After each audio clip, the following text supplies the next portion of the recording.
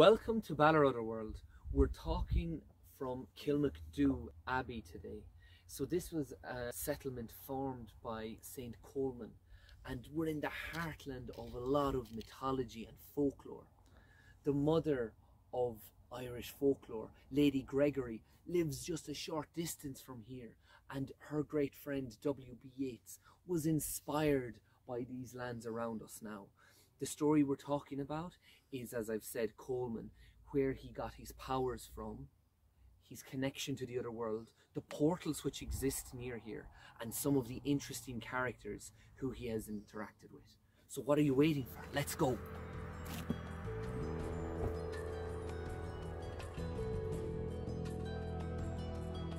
Saint Colman had a very unusual origin. His mother was in a relationship with the king, and when she was pregnant, she had a vision.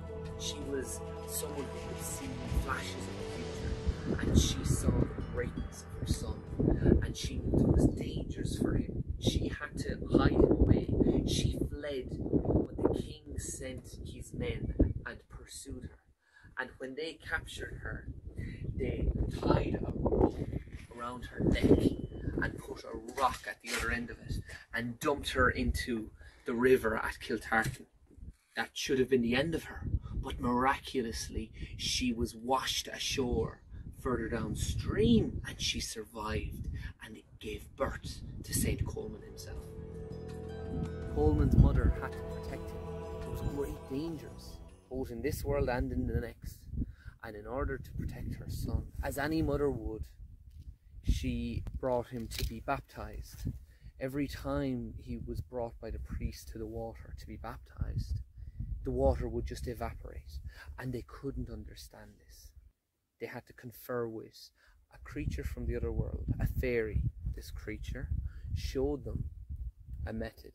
They had to go to a very particular holy well near this location, and they placed the baby inside the waters, and when the baby went under the water, it bubbled, it came to life, and they stepped back, and on reflex they dropped the baby for a moment. The baby was still beneath the bubbles as they simmered and rose higher and higher, forming a huge pillar, and then all of a sudden it was gone. The baby was lying there in this dry basin, as if nothing had happened. You might be wondering what happened to Colman. Well, he became a hermit. He disappeared into Inishmore, and he spent many years on the island in solitude, reflecting and contemplating life. It was a time of very good insight for him, and he gained a lot of understanding of himself, and to an extent he abandoned his destiny with his magical abilities. But of course, nobody can outrun their destiny, and it was very quickly approaching him when he returned to the mainland. So the hermit Colman did return to the mainland, and he picked a very particular place to continue his studies and reflections, and it was none other than the Burren, only a stone's throw away from this abbey he found later.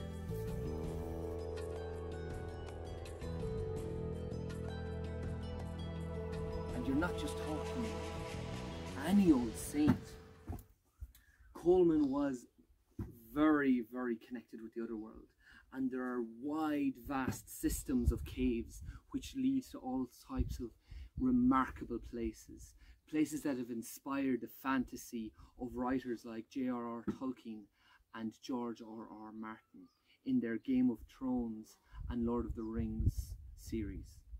So it is into this land that Colman takes himself and submerges himself in pagan Ireland and the magic of the Druids.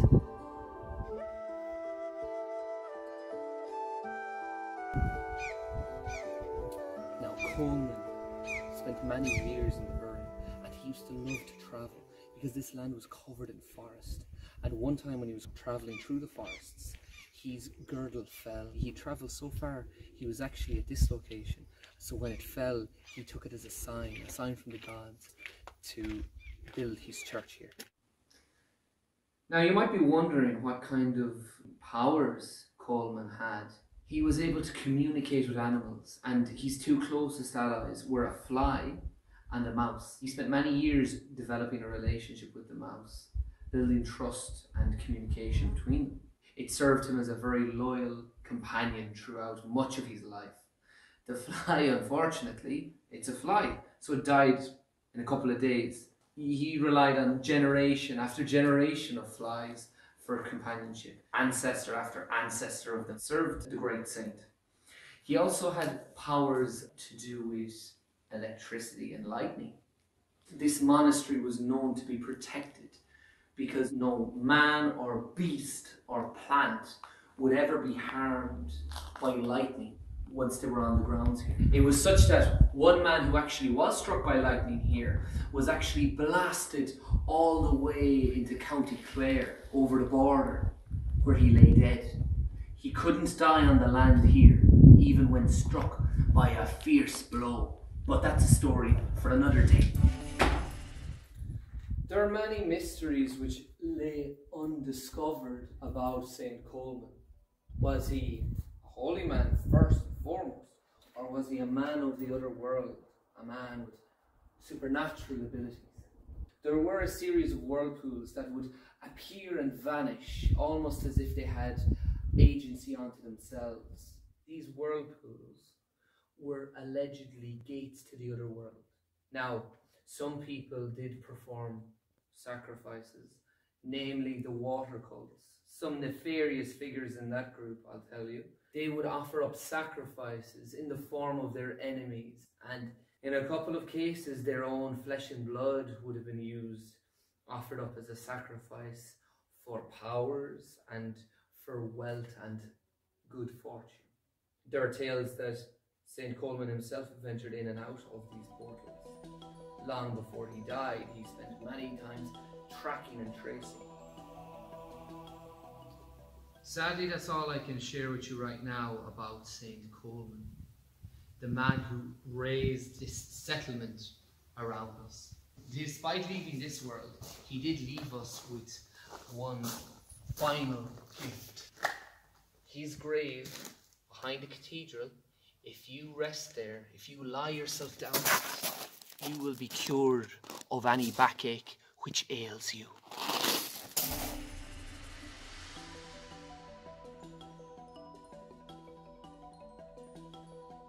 One of the most iconic things about Kilmacduagh is the tower. It is known as the Leaning Tower of Kilmacduagh because it does actually lean at a slant. It is the tallest intact round tower in Ireland. Legend tells us that Goban Sayre, the famous craftsman and builder, is the person who designed it. He had a remarkable talent, and we will be talking about him again in the future. His powers and his lineage possibly links back to a god of the Tuatha De Danann. He built all across the country, but this was one he is particularly proud of. It was actually built on top of graves. They found skeletons when excavating this site, and it remains a mystery to this day who they belong to. Were there people who were taken out of the way when this settlement was established? Was there a tragedy which befell here after St. Colman passed on? Well, if you stay with us in the other world, Balor will show you.